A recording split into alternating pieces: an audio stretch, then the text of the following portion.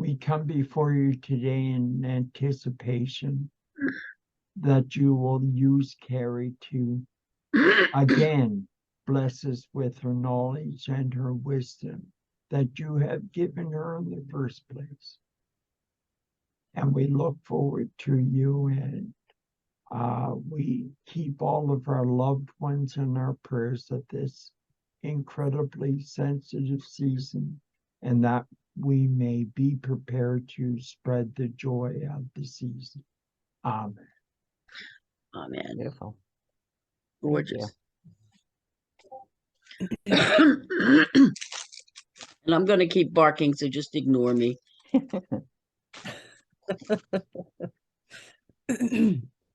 Hopefully we won't have too much barking from here, but they're asleep right now. So I got to turn a light on so I can see.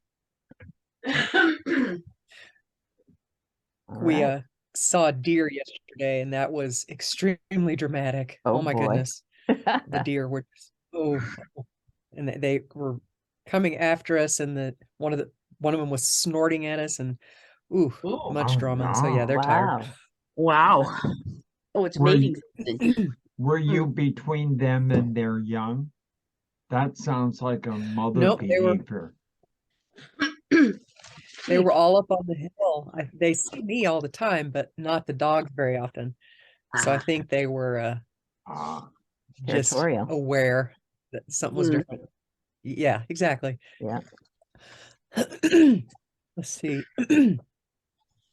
So the best way, your introduction gave me a good approach for this, Kevin. Thank you.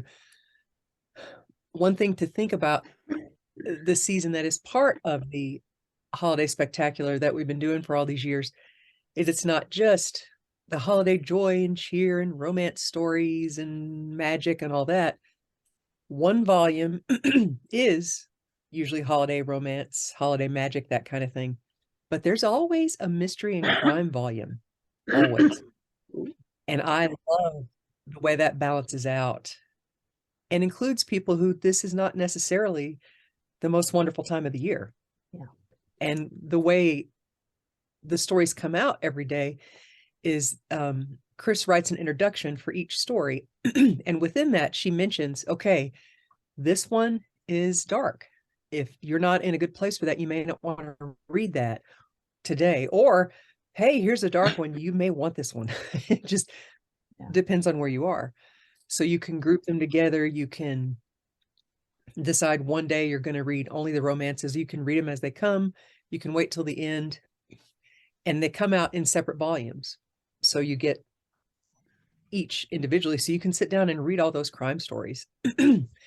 And those are often very interesting to see the approaches people take, because it's not necessarily, a whodunit, Sherlock Holmes, Poirot kind of thing. It's often, one of the ones I sold a couple of years ago was a family's Christmas gifts get stolen out of their van right before they're getting ready to go home for the holidays, which happened to me as a teenager. All of our Christmas gifts got stolen. Wow. And everybody had loaded up their stuff in the car but me, so it was all gone. Wow. And what I did was wrote the story to pretty much get even with the thieves, and it really had that effect. It was very cathartic to write that one. Because from beginning to end, that was my aim. And I let the story take its own course, and it was, of course, quite different from what happened to me. But boy, that's part of the experience. Is most of us are going to have some difficult days this time of year, whether it's, thinking about something or someone we've lost, or just the stress, or being ill, or feeling overwhelmed. I mean, we're getting ready. We'll be going to Michigan, which thankfully the weather looks good. So that should be a pleasant drive. And it's not, it could be much worse. I grew up in Illinois. It could be much worse in December. So thankfully we're going to hit a nice window and get back home before the storm gets here. But I like that balance within this. And another fun aspect of it, I don't know if any of you all watch them, but I've got to say the Hallmark movies and the Lifetime movies that are on constantly this time of year can be just pure joy. They can be such a nice escape. And yes, of course, you know what's going to happen. It's kind of like the Poirot or whatever, a mystery series or a TV show where you know sort of what's going to happen, but it's still satisfying. Yeah. Same kind of thing. The joy in it is, first of all, you know there's going to be a happy ending, which a lot of us need this time of year very Right. much. Yeah. And there's also, and the excitement of it is, okay, how do they get there? How did these two people meet? What's the spark? And the way you get dropped into these people's lives and the way you care about them and you want this outcome. So those are a lot of fun to watch, especially if you've had kind of a rough day or two. Yeah. And just give it a try. You'd be surprised. I never would have thought I would enjoy those. But after I started writing holiday romance, I kind of went backwards. Started writing holiday romance stories and selling them. Well, I'll give these a try. And they're just delightful. You know, I don't believe I could watch them all month long because I'm going to take a break and watch something like Gremlins or Die Hard, which are both holiday movies as well. Yep. Just to have a little bit of a palate cleanser in there. And then, of course, the fantasy stories can be so much fun. The ideas people come up with. Like I had one that was based on Old Christmas Eve, which is January 6th, it's Ascension. It's an old Appalachian tradition that isn't celebrated much anymore. But one of the things about it is the gates are supposed to be open during these hours on Ascension night, and you can cross over. And the animals are whispering to each other, and it's just such fascinating traditions and legends and mythology. And just getting into that and seeing how I can work it into a story was just, it's so much fun. I love that kind of challenge. And we get people writing stories from Sweden and Japan and, you know, Native American traditions and different parts of the world. And that is fascinating. It's just wonderful to get these different perspectives on a holiday that we all, I mean, growing up in the US and in Canada to a less extent, I know we're very different Thanksgivings, but a lot of our December traditions seem to be similar. Oh, yeah. But just getting an idea that no, it's not all North American, and it's really rich and diverse and fascinating. Yeah. So that, and of course, the made up holidays. I'm sure you all remember, whether you watched it, the show Seinfeld back in the 90s. Yeah. And they had the Festivus poll where you had the airing of grievances and the feats of strength. And we've had Festivus stories, which, by the way, was never copyrighted. So they dropped the ball on that. They never copyrighted it. Wow. So Ah. it's fair use. Wow. You know, we have to be careful. Things like, I can't quote the lyrics to Rudolph the Red-Nosed Reindeer. It's copyrighted. Cannot do Wow. it. You would assume you could because it seems like it's been around forever, but it has not. So that's something always you can mention it. You know, he was singing Rudolph the Red-Nosed Reindeer, but you cannot quote the lyrics. Wow. You go way back to old carols that are, you know, pre-1922 and you're in the clear. Yeah. So it's things you don't necessarily think about. And another thing I'd like to mention is these kinds of ideas doesn't have to be for writing short stories or novels or anything like that. It can be for a journal. It can be for a diary. It can be for a meditation. It can be for a discussion group or this kind of things we talk about with our nephews, because we want, their parents are very good about making sure they're aware of different traditions. They live in Michigan. They're on the west side, so not too near Dearborn, but gosh, there's a diverse population of folks in Michigan. And I love that. There's the Seventh-day Adventist University is right there. They're a huge Muslim population. It's a lot like Atlanta. There's an international presence. And they make a point of talking about each of those different holidays with the boys, which I love. I think that's just wonderful. So it can be something to share with kids and just broaden their perspectives, which I think is good for all of us. I think everybody on the planet needs that right now, just awareness of different things. And one of my favorite stories that anyone has written for this in all these years is my husband wrote one that was all about found family. It was a group of people in Atlanta who got together on the holiday because they weren't going home for various reasons, some work related, some family related, and just needed a break. So they got together and had a huge party, and they celebrated each of those traditions. There were Hanukkah decorations, there were Christmas decorations, there was a Festivus pole, there are things like Kwanzaa decorations. It was just a delightful story of welcoming in the friends and that connection that so many of us need apart from or in addition to our families. So that again goes wonderfully with something you want to journal on. If you take a look, just search online for list of December holidays. There are dozens of them, dozens. I mean, I've alone written probably 10 or 15, and there's so many more to work on. The story I have coming out this coming week is about National Hot Cocoa Day, which I didn't know about till I looked it up. Not hot chocolate, hot cocoa. Very different thing. And that inspired a whole story. And it's a crime story. I will say it is a kind of a vicious little crime story. It ends up happy in a way, I suppose. But boy, it would not be on Hallmark. Let me just say that. But if you're wanting to focus on the season, on the way other things, just look up one of those holidays, look it up and, oh, okay, well, this is National Poinsettia Day. That's another story I've written. Who knew? Again. And that can be a great thing to meditate on and just think about and learn about. And okay, well, I'm going to write a few hundred words or however much in my journal, or I'm going to, for the writers, I'm going to write a short story, or I'm going to set this up as an activity we can do with kids. Okay, it's Hot Cocoa Day. Let's talk about all the different ways. I mean, there's different spices, there's different milks. Not everybody wants dairy milk. There's different ways of preparing it. You know, I prefer things like a hot pepper in my hot chocolate. I do not want like No. Swiss Miss is not my style. You give me a really good dark chocolate and a nice touch of cayenne pepper, I'm going to be a lot happier. Soy milk would be my choice. But, you know, my nephews might not agree.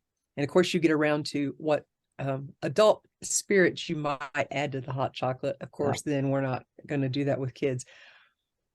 But what fun might that be for a grown-up party? If assuming everybody partakes, which not everybody does, we would of course have options for people who don't. But how much fun just to talk about, hey, we're going to have our holiday gathering. It's going to be on National Hot Cocoa Day. Here's all the ingredients. Let's see what we can come up with. So those are just so many things we can do, focusing on what's available to us. And, you know, it's just recently been December 7th. That could be something to focus on. One of our, the person who organizes this whole thing did write a Pearl Harbor Day story. It's not, again, it's not all sweetness and light. It's not all, you know, caroling and fruitcake and all that. There's a lot of things going on in the world that people can benefit from focusing on. So those are my main thoughts on just being aware of the holiday. And of course, this can work any time of year. We've done a collection for Valentine's Day, which was, again, also had a darker side. Some of the stories were quite dark.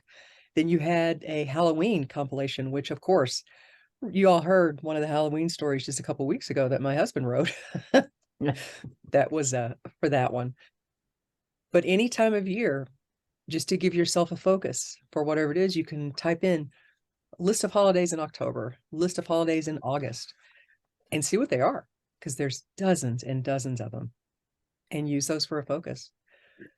Is just with all that kind of overview, does anyone have any thoughts or questions about focusing on holidays or writing this time of year, anything like that? Well, I can see where focus on the holiday. It's not what you do, but why you do it. And when you sit down and write about an observance you do, you have to kind of like analyze it a little bit and put some thought into it. We do so much that we aren't willing to put the thought into it. You know, it comes too easy. And I think it ends up that we may not appreciate as much as we can when you have put the thought into it. You know, and I like your approach that you maybe it's just why you put an orange peel and a slice of orange in a cup of cinnamon. And you know, I've always thought, oh, it's nice to have an orange in, but I just listened to a short program this morning where the person was doing Christmas from the Bavarian Germany viewpoint. And in it, she talked about how the orange was to represent the sun, and you know, and it would make that reminder when you picked up your glass of cocktail and you saw the orange peel in your coffee or your drink, and it would remind you of the blessings of the sun in our lives and all sorts of things like that. And I thought, wow, I've never quite looked at it like that. And she was able to look at her table and identify each thing on the dining table, why you use cinnamon, right? And combined with orange and all the traditions that were wrapped up in that. So it's the same as your writing. It's to take those little segments that may not mean much to our everyday life, but mean so much when we research it and analyze it. I like that a lot, because so many of the things we tend to do this time of year, I don't want to sound really depressing, but it's almost by habit. It's because it's what we've always done, and or what our families did, or what we saw on television growing up. I mean, we are all old enough to remember the Rudolph the Red-Nosed Reindeer and Santa Claus is Coming, those wonderful claymation shows. I love those. Yeah. And the Charlie Brown Christmas, those kinds of things. Mhm. But to stop and think, like you said, and so many of our traditions are Germanic, which is fascinating.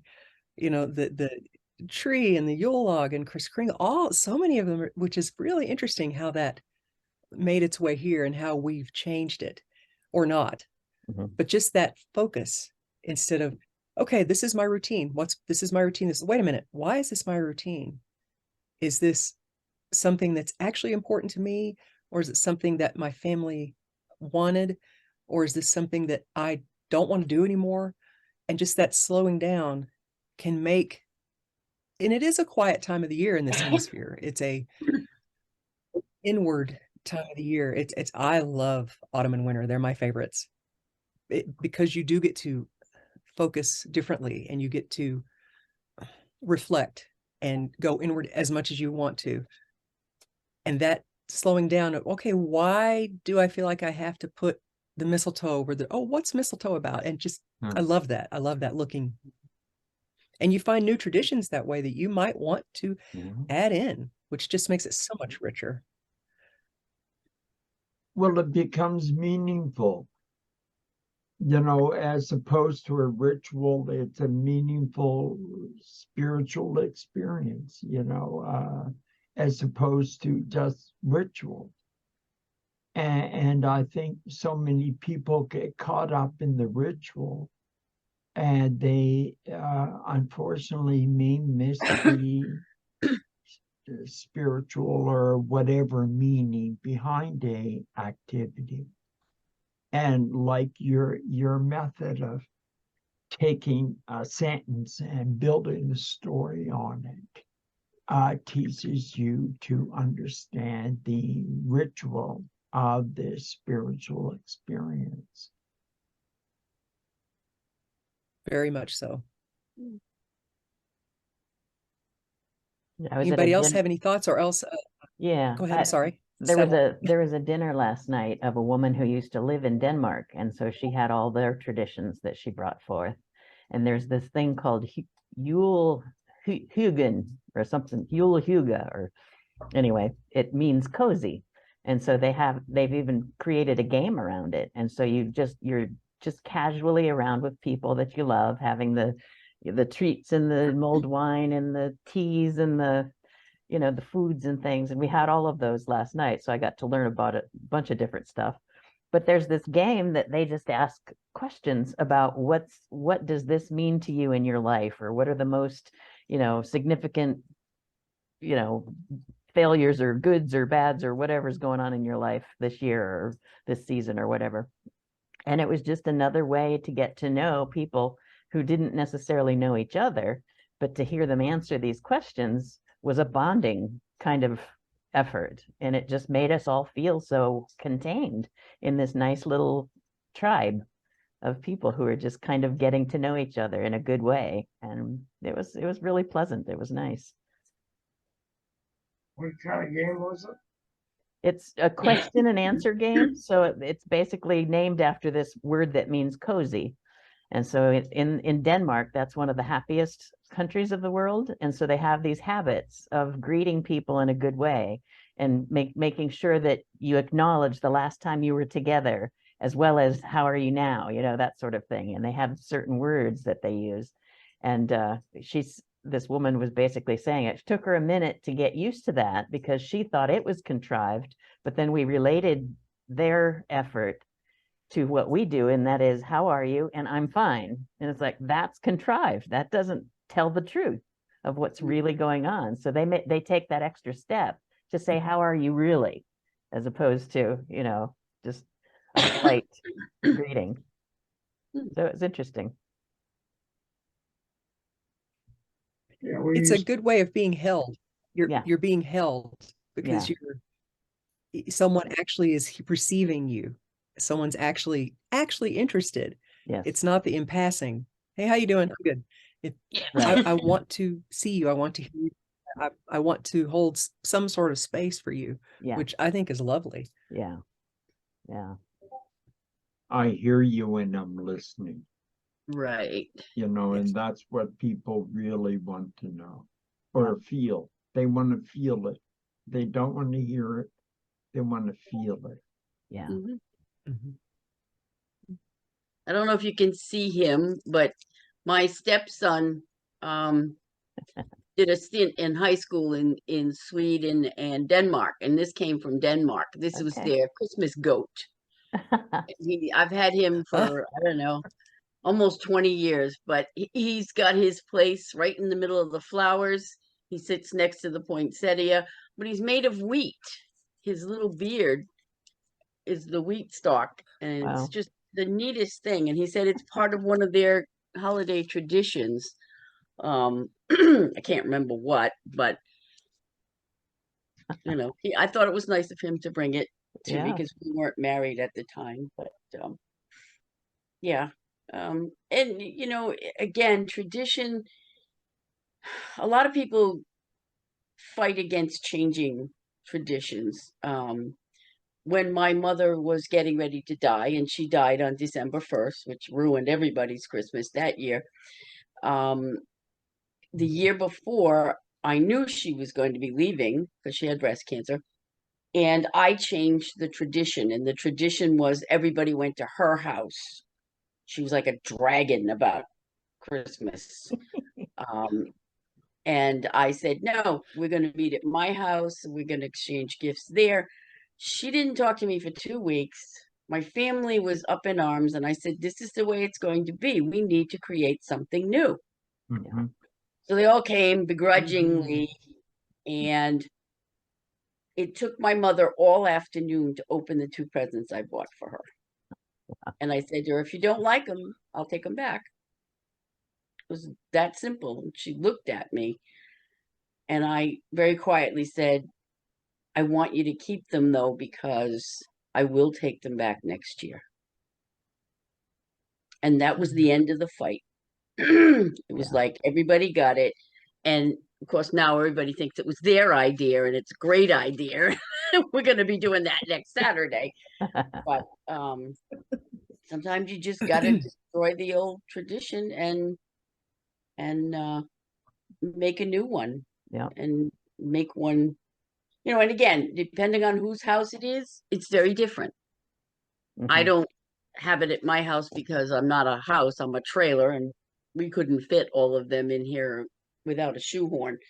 But like my sister Lynn's house, which is where it is this year, nobody ever misbehaves at Linny's house. Linny is the youngest of all of us. She is better at manipulation than any of us will ever be. And she works with kids on the spectrum, so she has to be. But nobody messes with Lynn. So we always have a great time at Linny's. And her husband loves to do this big bonfire. That's his tradition. Yeah. The guys all hang out with their beer cans or their soda around the fire. I don't know what the fascination is for a big bonfire, but that's what the guys do. It's their tradition. And wherever we go, we have a bonfire. So it's really interesting. And when I was a kid, we were brought up Catholic. We had those little Advent calendars, which had a present behind every single day. Charlie, I'm sure you remember that. Yeah. And different kid got to read. There was a little saying inside of it with the piece. I think it was a piece of candy, and each child got to read a different day of the week until Christmas. And again, the church had its Advent celebration the 4 weeks before Christmas. We all made Advent wreaths, and prayed that the candles did not fall over and burn the place down, because we lit them through dinner. So, and their traditions I sort of miss, but I don't. I have a tradition. I have an artificial tree and it stays up all year long. And my cat thinks the ornaments on it are the greatest things in the world to play with. And I'm always picking them up off the floor. And my angel looks like she's drunk. She's a cloth angel, so she's kind of she presides. And everybody that comes in the house says, your tree's still up. Yep. Don't you cover it? Nope. My tree. So Well, you're all ready for next year. that's right. You're smart. It's always waiting, I was reading somewhere, some country in Western Star and his wife do that, but they decorate it for each season. Mine just stays Christmas because I like Christmas. I have a And living tree. I have a living tree. In the oh, do you? Oh, Yeah. Nice. in the house? Yeah, I kind of keep it lights on it most of the year round. Yeah. Cool. And this year I put more lights that we'll use during the year for celebration of different things. Excuse me. In fact, next Saturday we're having 75 people over here. And if you have any suggestions for games, let me know. Excuse me. He sounds as good as me. Yeah. Yeah, I've been battling this kind of cough for over a month now.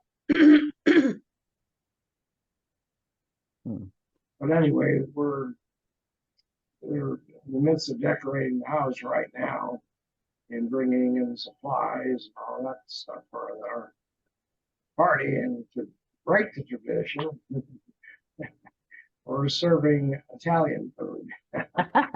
Oh, I love it. are you doing the 7 fishes thing? The real Italian with the 7 fish? 7 different kinds of fishes. That's the Rhode Island tradition in the Italian neighborhoods. They have 7 different kind of fish dishes. Everybody brings a dish. And there's some ceremony that's done around that, but that's just a very traditional Christmas Eve thing in where I grew up. Not that I eat fish, but Well, the Scandinavians do for sure. Oh, yeah. Yeah. I don't think we're Sounds having great any to me. fish. I don't think we're having any fish. Oh, We okay. just, a local Italian restaurant's gonna supply us with a bunch of food. I don't know much about the menu, but I don't think there's any fish on Interesting. You might be surprised. You might be. it. I like fish. Yeah. You don't like lutefisk though. It stinks. Yesterday we had curried herring from Denmark, and that Oh. was pretty good. Ooh.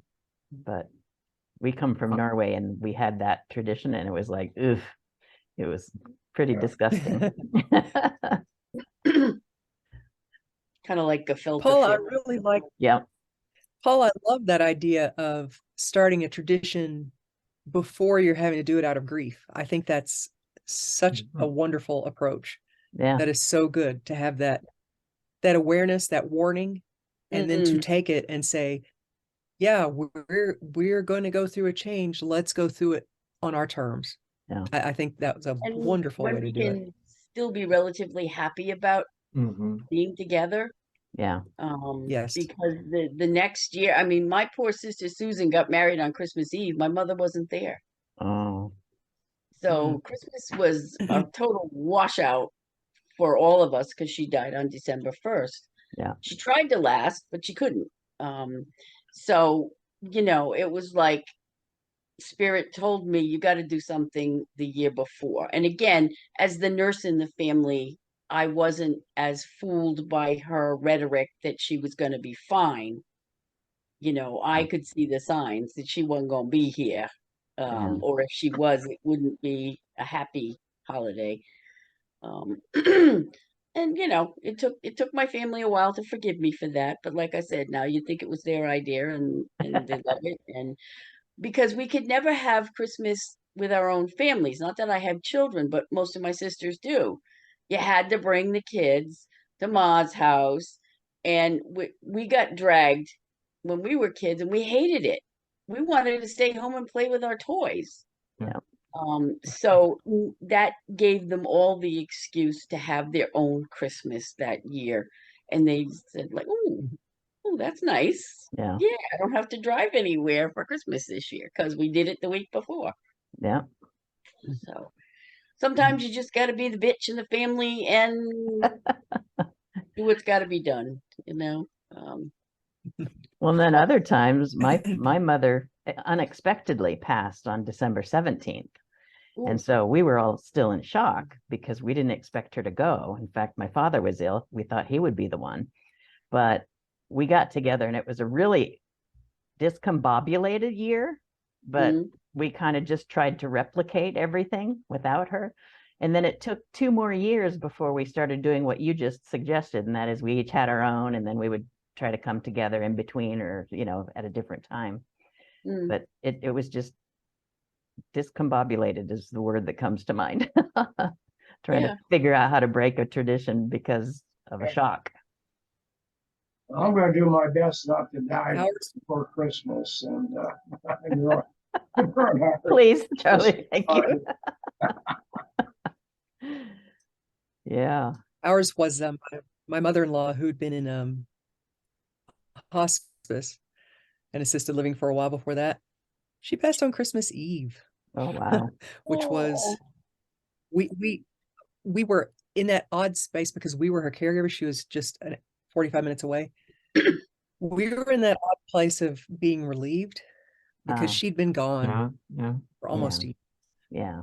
And so the hardest part for us was having to call people on Christmas Eve and say, the time has come. And then, bless her heart, my mother compounded it greatly. And I laugh because it's been a few years and it's been okay now, but the next morning we were dragging ourselves to go drive over to do a family thing. And it was, even though we were relieved, we were exhausted, and we start to head down the driveway and there was a tree down and we couldn't get out. Perfect. I have never in my life been more thankful for a tree falling, but my mom kept on and kept on and kept on. I'll come get you. I'll come get you. I'll do this. It's like, Mom, this is a sign. We need a break. So it was, Yeah, oh, that was challenging in different ways. But you know, we didn't have plans to be together with her, obviously, but that was an odd year. It was very, very strange. But yes, thankful to that tree to this day. Yeah, it'd be hard to turn a death right before Christmas into a celebration. Even Yeah. though we talk about it spiritually, and it needs to be a time of grieving. Yes, Hmm. and adjustment. What we were very lucky that year. Her birthday's in January. So we got several people together and had a celebration. It was like January 22nd. And it was lovely. It was so nice just to get together and celebrate her because we had some time, like you said. And it was so nice just to have that. Okay, let's celebrate who she was and how she brought all of us together. But no, we could not have done it that soon. No. Mm. What happens in our family traditionally, because we have the largest house and we're kind of in the middle of everybody, we have the gatherings here for Christmas or Thanksgiving. As the families have grown and marriages, and they have obligations to go to other houses, so they, which can sometimes be smooth, but sometimes it's conflicting. You know, like you prepare a lot of food because you're expecting somebody, and then they said, "Oh, we can only stay for an hour." You know, that type of thing. Yeah. So learning to fluctuate and adjust to change. It's harder as you get, I become a grouchy old man sometimes. I could be the Grinch before Christmas. I've never played that role yet. I'd be pretty good at it. Any stories from you, Deb?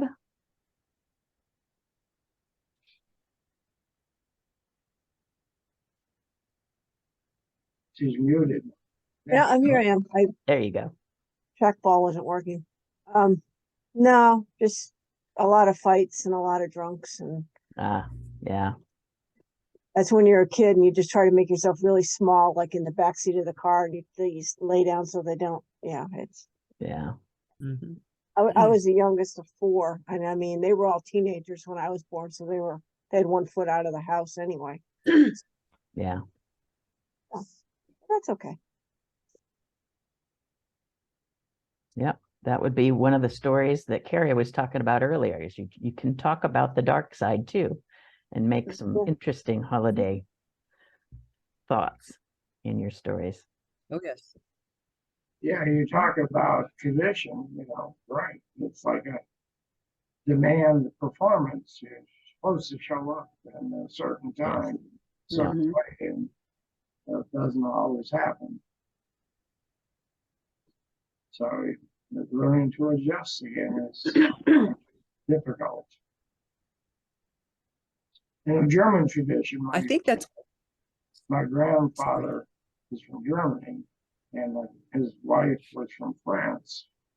I remember as about a 5-year-old, 6-year-old, we would go over to their house on Christmas Eve, and then all of a sudden they would have us gather in a room while Santa arrived, and somebody would be walking on the roof or something, make it sound like Santa's come into being, and that was our tradition. It's fun. Yeah, we had that one too. We had a favored neighbor who would dress up and bring us all gifts and toys and stuff. It was fun. And my son dressed up as Santa Claus last year for his gadgets, and that came off pretty well. Oh, last year we had a couple show up that were carolers, and they were all dressed in medieval costumes, and And this year, 2 weeks ago, she had a stroke, so she's doing well and show up at the party. Life changes Yep. rapidly sometimes.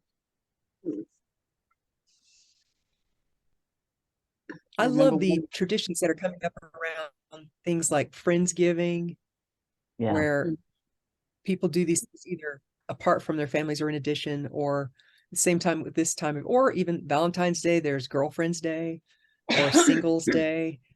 yeah, That kind of inclusiveness is wonderful because you can choose yeah, what you need that year. Because one year you may want the big family gathering and festivity and eggnog and all that, and the next year you may be wanting a service on longest night and the solstice so you can sit quietly with whatever's happened. yeah, I'm so happy to see more variety because again, we're all old enough to have grown up and there were pretty narrow choices. Yeah. And now I look at my nephews again, and my goodness, their awareness is so much broader than mine was at their age. It's Yeah. just incredible. So I love that that's opening for them. Yeah, in the ministry, we've had a tradition of ordination, right? The process of empowerment that's been passed on for 40 years. And it's evolved. And one thing that helped me a lot one time, we were at a healing conference in Monterey when Johnny Denver's plane went down before, and we decided spontaneously to ordain about 30 people that were in the healing field. And so we got together that evening whenever all the events were over around 10 o'clock. And my job was to lead the ceremony. Well, I couldn't find the communion wafers I brought. And I lost in the deep hole, I lost the manuscript for conducting the ceremony and reading it. Everything was going askew. And so, I was frustrated. I didn't know what to do. And finally, I just surrendered. And I explained to somebody, get some bread out of the kitchen. Okay, we got bread out of the kitchen. And as I walked into the room wearing kind of traditional Catholic priestly outfit, it occurred to me to disrobe. I just changed position. I Yep. took off the robe, to a lot of people's relief, by the way, they told me later on. And then I stood there in the silence, and then I knew what to do. I just, and it was a very happy event, and we used Johnny Denver's death that just happened and played his music. My heart to yours, your heart to mine. We had a Sufi dance and we blessed each other. And it was a magical moment. wow, So it can be very magical when we're able to let go of traditions, and it's yeah, in our heart, I guess. it's a great story. Yeah. Yes.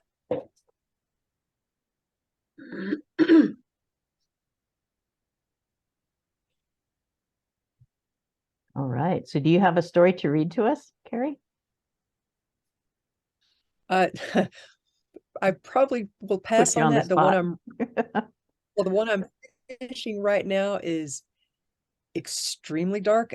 One of our calls this year was for hard-boiled holiday stories, like as in hard-boiled criminal detective stories. Uh-huh, So I'm gonna pass on that one. It got very dark. okay. I'm not sure. I'm enjoying writing it, but the fun thing is I have a palate cleanser afterwards. The next call is holiday secrets, and holiday secrets can be any genre. It can be it can't be fantasy, which I'm disappointed, but it can be, it could be romance, it can be crime, it can be anything. So that's going to be fun to write to kind of clear the Yeah, hard boiled out. Yeah. So no, I'll pass on reading part of that one because woo, okay. Hey, we'll see what happens.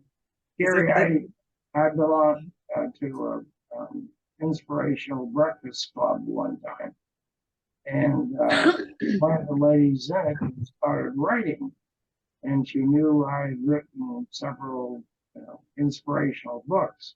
So she wanted me to edit her or read her writing. And when I read it, it was so dark that I said, "How the hell?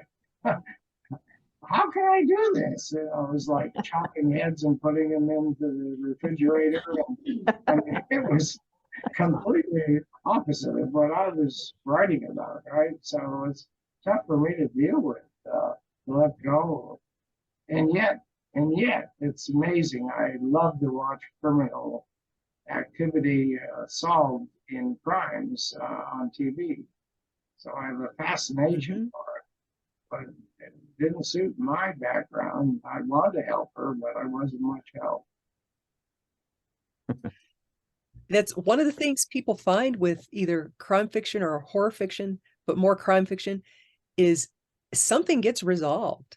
Whether the crime is solved or not, something gets resolved. And there's a satisfaction to that. I think that that's a big part of what appeals. Yeah. I love Is seeing that, and the same thing with, you want to see it resolution. resolved, yes. Love seeing resolutions. They're amazing. Yeah. Now there's a program Exactly. on HBO Max. It's called 6 Feet Under. Have you ever watched that? Yeah. Oh, And, yes. my God, the things they get themselves into makes life look so simple the way I live it. It's amazing how they muddle through their lives. Yeah.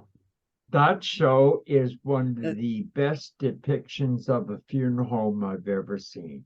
Apart from all these spirit talking bodies, I've heard that before. apart from all that, Yeah. it is you experience what they are experiencing on that show. I used to watch it in fascination because it felt like my job. Yeah. Yeah, it's amazing that they deal with all that Yeah. stuff in one show. Everything from death to everything else. No. Yeah. It's amazing. It's definitely a service. It's a service profession. It's definitely a work of service to Yeah, help you in that bet. transition. You kind of see them monitor some of the transitions are really tough. Some of them are quicker than others, but eventually, I guess they move on. Mhm. They solve the Which regular. is a, sorry, What's that? my satellite internet leaves me out of phase. All I was going to say is that brings to mind for me that that's what this time of year is also about in so many traditions, is bringing this year to a close and doing that purposeful, aware, graceful, hopefully graceful transition into whatever the next phase is. And the seasons in the Northern Hemisphere help us with that. Yeah. We're grateful. We're lucky to have that. Yeah. Well, I appreciate you all being here. I had to work through some of my frustrations about what all involved in regarding the party. It's issues that I have with my son maintaining property, so the roof's not leaking for the party, that type of thing, and not getting done and all this kind of stuff. And but we had a conflict regarding that quite a bit, and sometimes it's painful, but you have to get through it to get to the other side. And Yeah. yeah, and that's, thank you for being here. That you're helping me get through my own dilemma. I've had a dilemma. Yeah. Something that kind of you talk about the dark side of a holiday. The dark side of a holiday makes the bright side of a holiday even better. You know, Absolutely. and I've mentioned this before. Christmas was the worst day of my year, but it's now my best. And it's only and the worst makes my best more appreciated. Yeah. And that's the way with anything we deal with. We have to remember the pain to enjoy the pleasure, the heartache to enjoy the love. Yeah. We have to look at both sides of everything. Yeah. To transform, to transcend, to get to the other side of whatever the pain or suffering is about. Yeah. Certainly to give up the part that you've created, that I've created. I just put a link in the chat for a big list of December 18 holidays. Okay. It's just one of those, Oh, one of the interesting. calendars I use. Uh-huh. You can click whatever day. Okay. And in case you need, it's just one of those Yeah. fun things to We can tie it into the book. focus on. Yeah. That's one of the calendars. Awesome. All right. Charlie, would you like to pray us out? Thank you all. This was great. I really enjoyed It it. was a good Thank one. Thank you, you. Carrie. Okay, I'd be happy to. Thank you.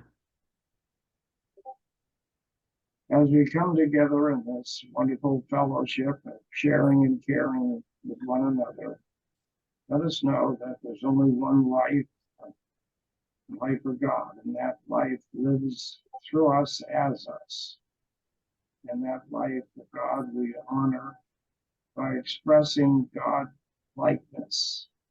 And it's only our understanding of what God likeness is for us that helps us move through our concerns, our pains, our suffering, to get to a more enlightened way of being.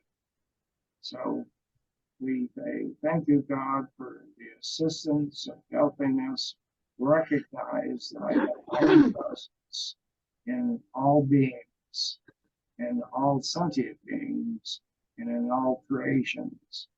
Help us find that good within the world of our lives, our events, and our social gatherings.